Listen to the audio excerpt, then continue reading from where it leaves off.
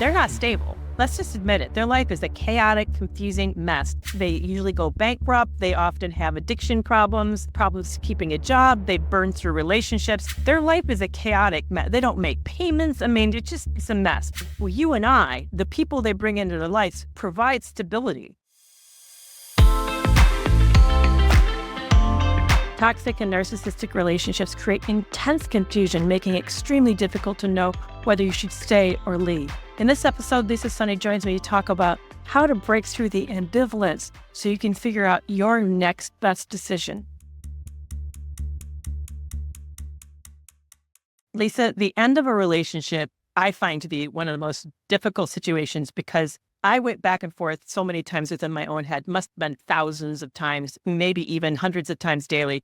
But then we get this push and pull back from our partner as well, who at times they want it to be over with, and then other times they don't want it to be over with. What did you experience regarding this? And have you seen much of this? I've seen it nonstop. Now, in my personal experience, it was very like, I'm leaving because you're not enough. And then it flipped into, how dare you leave? How dare you let me leave? I know that when he left, he wanted me to beg him to stay. And to be fair, I kind of did and kind of didn't. I don't know about beg, but I definitely wanted the relationship to continue, but only on the plan that he'd do better. So he was promising to do better, and we were working on things, but we weren't really working on things at all. And I was super confused about whether or not I wanted to stay or leave or what made sense, especially based on his behavior. I was so confused by his behavior. I was too. So what confused you about his behavior? And I'd like to see if it's similar to the confusion I felt. His words didn't match his actions. I mean, honestly, it was kind of that simple. It was like, I love you, and yet it didn't feel like that. I love you, but I felt like he was seeing someone else, and it did turn out that he was, but it didn't make sense to me. Like, if you love me, then why wouldn't we be working on things? If you love me, then why wasn't couples counseling going better? If you love me, why did you leave and work on things apart? Even though I agreed to that, it made sense to me that we were apart. It was also, frankly, on the advice of a therapist to be apart while working on things, focus on the individual issues before we come back or work on our issues together as a couple. But it was the hot and cold. Like, I'm trying so hard and then he disappears for days. And I miss you so much, but then wouldn't call. Or I want to be with you. And then I would see or hear that he was talking about how he was only saying these things for the kids. Like, make it make sense. I was so confused, but I was holding on to hope and promises. Did you know that it didn't make sense? I mean, were you like overtly aware of this is crazy making, this is not lining up? Because I didn't put that together. No, I was unaware how confused I was despite being in a very obvious state of confusion. And I think that's the hardest part is like, it's confusing, but the confusion is confusing and you want to make sense of it and you kind of can't, but you don't even recognize it. It's so hard when you're in it. You really don't recognize how confusing it is. You're sort of trying to explain it to people. You explain how confusing it is and people are like, yeah, that's correct. It is confusing. But it's like you're trying to make sense of it just by talking about it and you just can't. But I have come to realize I think the confusion is on purpose. I think it's very targeted. Right. They want you to be confused because as long as you're confused, you're trying to explain to them why you're confused. And they're gaslighting you, telling you have no reason to be confused. I told you I love you. I told you I want to be with you. But their actions don't make sense. And then they just dismiss their actions. I remember that feeling as well, Lisa. I really didn't know it was true. And I realized at the time how many people in my life give mixed messages. That's just a common problem in relationships. For example, how many times have you had a friend, oh, it's been so long. I really miss you. We should get together. And then nothing happens. And then you're thinking, yeah, we should. And then maybe you're like really did miss them and you're thinking about, wow, we should do something. So you make the effort. And then they either like don't really make the effort back, or maybe you like think they're going to make an effort and then they don't make an effort. So we live with a lot of ambiguity in relationships and I don't think most of us realize it. I think it primes us for these relationships because this is something I think toxic and narcissistic people lean into. Is they understand, I don't even know if it's unconscious or conscious, to me it doesn't really actually matter, but they understand the disconnect between what they do and what we think they're doing, what they do and what they say they're doing. And we tend to believe what they say over what they're doing, although what they're doing really crushes us. So yeah, I heard things like mine would at night fall asleep, hold me in his arms and say, I've never loved anybody the way I love you. And stuff like that. Or I've never worked harder than I have worked in this relationship. And then I would believe it would like buy more time. It felt like I was testing the direction of the wind constantly. Is it working? Is he not working? Is it going to make it today or is it not going to make it? Should we see? Because the other thing that happens is we have to make these big long-term decisions. Like I know you did too. Like, where do you send the kids to school? Do you buy another house? Do you get a car with a car payment on it? All these big things that you know that the more that you get embedded with this individual, the messier stuff gets. So you kind of hesitate on these decisions and then suddenly you get some kind of reassurance. So you go ahead and make a big decision. And then on the other side, you're like, why did I do that? Because now it's worse. Now getting out of this is worse than it was before. Yep. I see people do it too, where, after we get married, things will get better. Or, I mean, even in my comment section the other day, this woman was describing her relationship with her fiance, like, oh, this happens in my relationship in the context of whatever that was going on in the video. But like, he's your fiance and this is happening. You're about to take a huge step. Are you not evaluating the relationship? Meanwhile, I say that so judgmentally. Meanwhile, hello to the rest of us who've all made these decisions based on that. I'm sure that in this woman's context, he's telling her one thing and doing another thing. And she's literally pointing out how she's confused. And we're all confused. I see this confusion constantly. And you even hear some of these self-aware narcissists talk about how that confusion is on purpose. They know. You end up going back to them and sort of like, you say this and then you do that and then they rationalize it. Like we're seeking out them giving us a reason why it doesn't match. And I think so much of it is just arbitrary. I've heard you once say that in the moment, they mean it. When they say something, they might mean it, maybe, in that moment. But as soon as their opinion changes, as soon as something else that they want doesn't go with that anymore, they'll change it. And then that never happened. They never made that promise. It doesn't matter. They didn't lie. They meant it at the time, and now they don't. It's just that simple to them. Yeah, because what we get really confused about is that they run on state-driven decisions versus, I don't know what the right word for the rest of us is, because it's more, maybe for me, it's based on my integrity or principles. Like say, for example, you and I right now are doing something together where we're selling something and we want something to sell out by a certain date. And we want the final payment by a certain time. We make a policy and we say, okay, regardless of how I feel about the policy, the final payment has to be done in by this date. And then we base everything around that. It's not based on a state, how I feel. It's based on a policy, a principle, or an integrity, or a moral, or whatever. I think what happens with toxic and narcissistic people is like in the moment, oh, well, I just didn't feel like it, or I really wanted to, but something happened, or they like literally like pull something out of the air that may be true in that moment. Like, well, I was confused and I didn't know what to do. So that's why I didn't do anything at all. Or they'll say, I know I made a really dumb decision. I was in a bad space, or I had too much to drink, or I overslept, or somebody at work needed something from me. They like literally pull something out that fits for that moment. But the minute that moment changes, they don't remember it because they're not in that place anymore. It's not based on a policy, not based on integrity, not based on a principle. It's just based on how they feel. It's the wind changes and their opinion changes. And they don't remember it. The guiding line principle of all of it is they want what they want when they want it. Yeah. Now, maybe they don't want to break the relationship up in that moment. They're not ready. Maybe they think, oh, shoot, I don't know where I'd go stay, or I don't have any money, or I just lost my job, or I'm not getting paid enough. They'll have some kind of consequence they know they can't sort of pull out of. So then they push back on you to save them, which then they tell you what you want to hear because that's what they know you want to hear. So then you save them, and then maybe 2 hours later, whatever it was got fixed, and now they're not in the mood and they're back into that crappy place again. So it's literally on their convenience. And I think that's what we don't understand. We don't get that piece. No, because it's so different than what we experience and how we feel and make decisions, as you said. But I think, to me, the way out of it was really starting to recognize the patterns. Abuse cycles always follow a pattern, right? When they're kind to you, it's self-serving. So what is the self-interest? It keeping you. And I think that another issue is that we tell ourselves they want to keep us because they love us, because they care about us so much. They want to keep us because we are a good victim, because we are able to be controlled, because we're compliant or submissive. But if you actually look at their behavior, you kind of look past the second chances. Like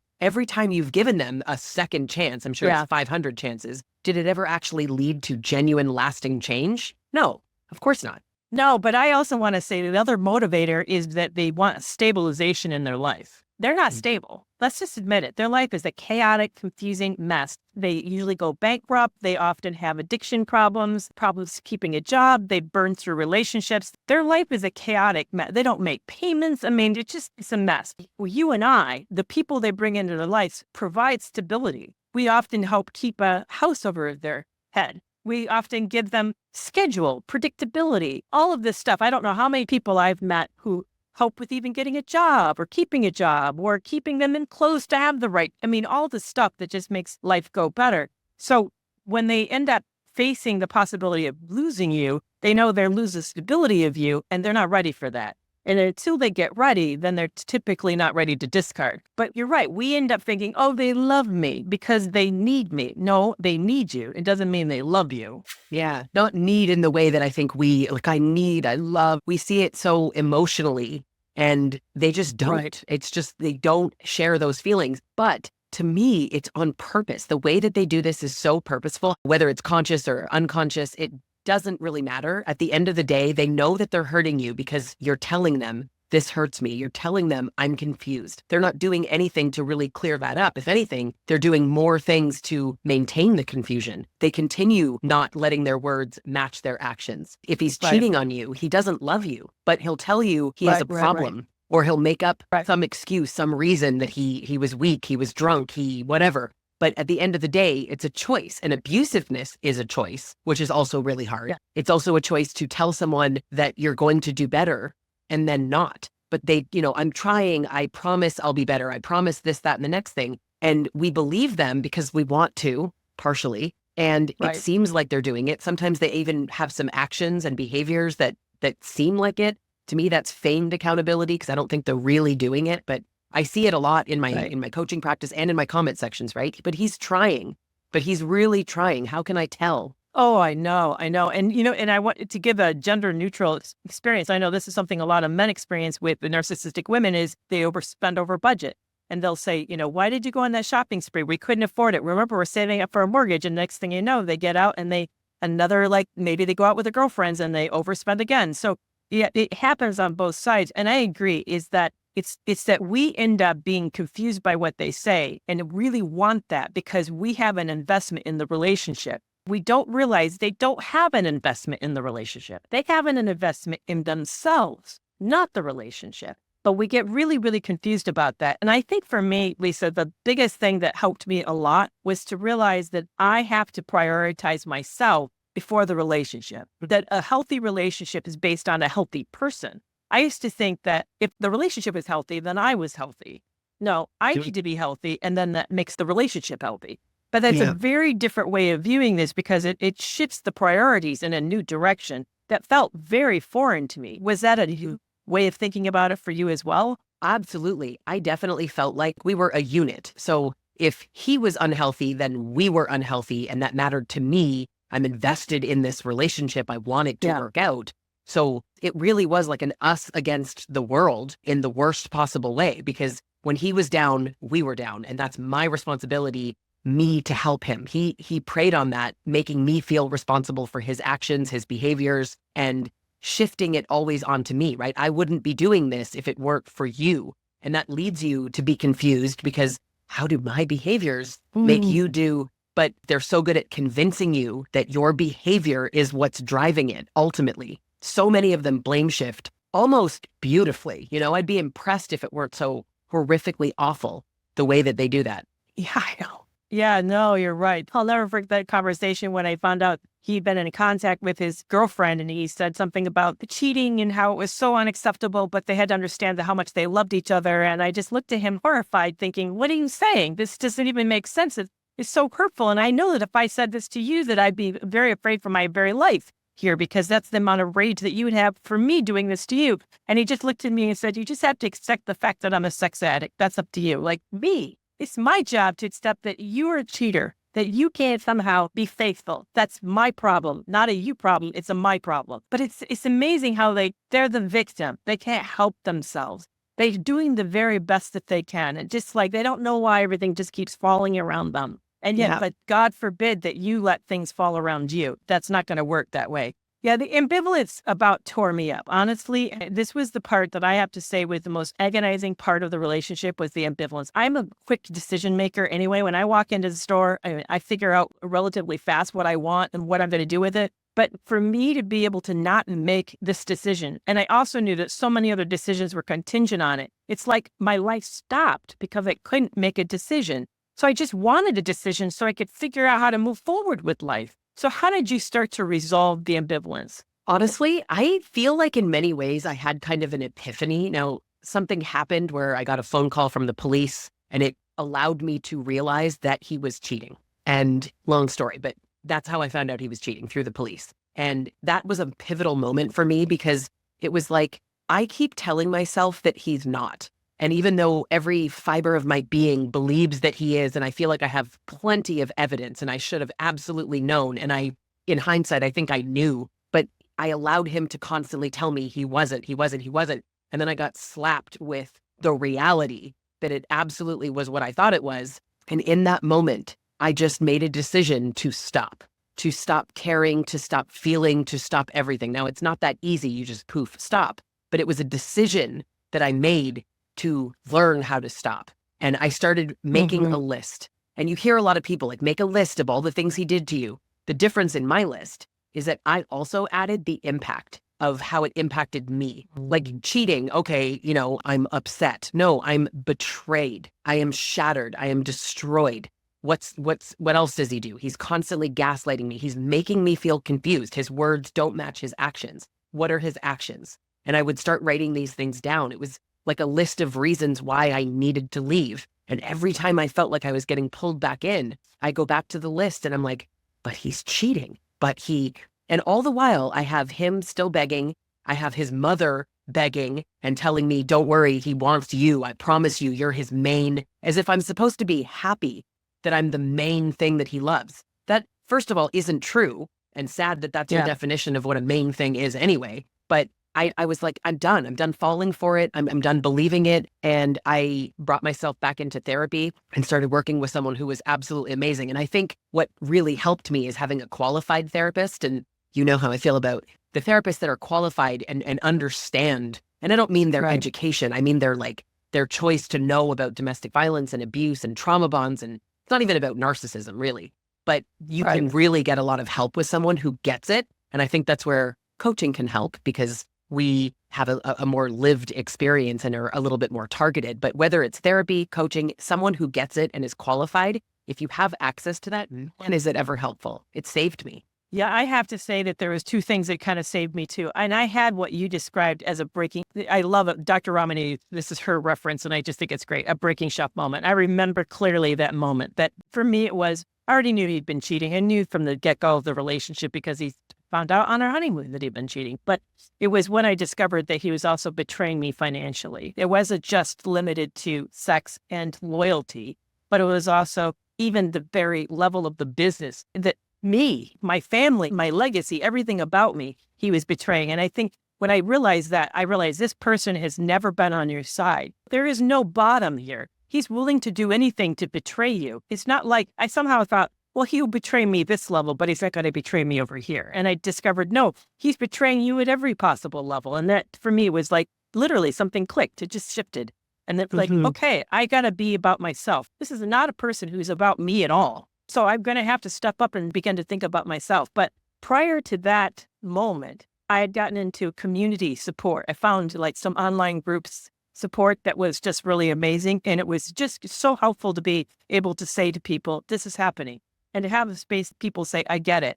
And for me to say, I don't know what I'm going to do about it. And they're like, yeah, I remember that place, or I'm there with you. I don't know what I'm going to do about it either. It just created so much permission, I guess, permission to be confused. But better yet, I felt so much shame, like I couldn't talk about this ambivalence. I think that's the other part that really locked me up and kept me a prisoner, was because I felt like I had no safe place to say this. Because most people look at you and say, it's just say, make a decision, yes or no. Like, no, I can't make a decision. I don't know what is the right decision. I don't want to make any decision because I don't want my life to be upset. And I do have feelings for this person. As much as I hate them, I do love them. So it just felt great to have the space where I could sit in that and talk about it and not have to feel so much shame or pressure, because I felt like that's what I was getting from everybody, either blame, shame, or pressure. Yeah, the pressure actually was unbelievable. And I think in my case, I was putting a lot of that pressure on myself, but it was just like subtle comments from people that would sort of like, to them, it's so obvious. Like, why don't you just leave? Even though in my life, I didn't have a lot of people that were shaming me in that way,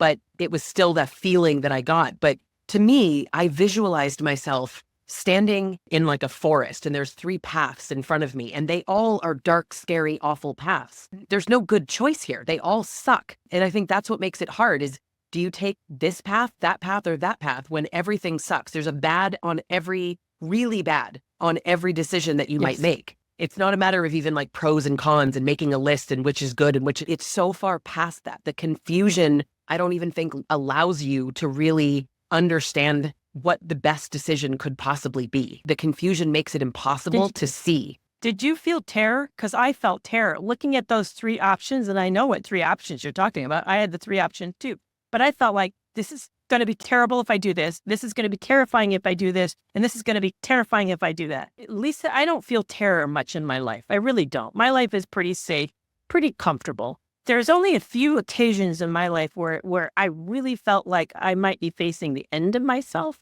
and I'm feeling emotional. And that was one of them. I felt like I faced possibly real loss, like real threat to myself and to my safety. And he terrorized me. He terrified me. Did you feel that same kind of fear? Absolutely did, and I think even possibly exacerbated by the fact that there was physical violence in my case. People say just leave when we know that's the most dangerous time. And also it sort of implies like, just leave as if they let you. I remember a video I made once where I was like, oh, just leave. So the victim in the skit goes to leave and the abuser's like, yeah, no, that's not happening. And like slams the door shut. You can't leave. They either will guilt you or manipulate you, beg you back, or dismiss you and discard you in such a way that they're doing it knowing that it's going to trigger all of these abandonment wounds, and then you end up begging them back. Talk about confusing, right? I knew I needed to leave, and there were parts where I was like, no, this isn't ending. I'm not going down like this. Like, this is not going to be over. I know that I can fix this. I know, but I put it all on me. I bought into the belief that I was responsible for this, that I could fix him when he was creating confusion on purpose. That led to my own ambivalence, and I needed this moment. So I'm thankful every day that the police called and told me what they told me. And that is really what led to my own moment. And I just made a decision in that moment that as hard as it was going to be, I'm going to learn how to walk away from this person. And you said it so much. This person is not for me. He's not looking out for me. He does not have my best interest at heart. He chooses himself at every possible turn. That is a person who will do that to however many people in every relationship. It will never change. So you need to let them go. You absolutely need to let them go. Absolutely. And I had to make this massive shift to where I started to think very carefully about my safety and to create contingencies that I also had to become sneaky. And that's the part I don't like. And I know you know me really well to know that I am a most, what you see is what you get. There's no duplicity in me. There's no veneer. I mean, it is what it is. But I had to find a way that I'm going to have to keep things back from this person and devise some plans and maybe even be a little deceptive myself in order to get to an advantage here. Because if I am upfront and vulnerable and take risk with this person, they're going to devastate me. They're either going to directly harm me and hurt me, or they're going to steal from me or do something very nefarious and harmful in order to get the best advantage. And I'll tell you,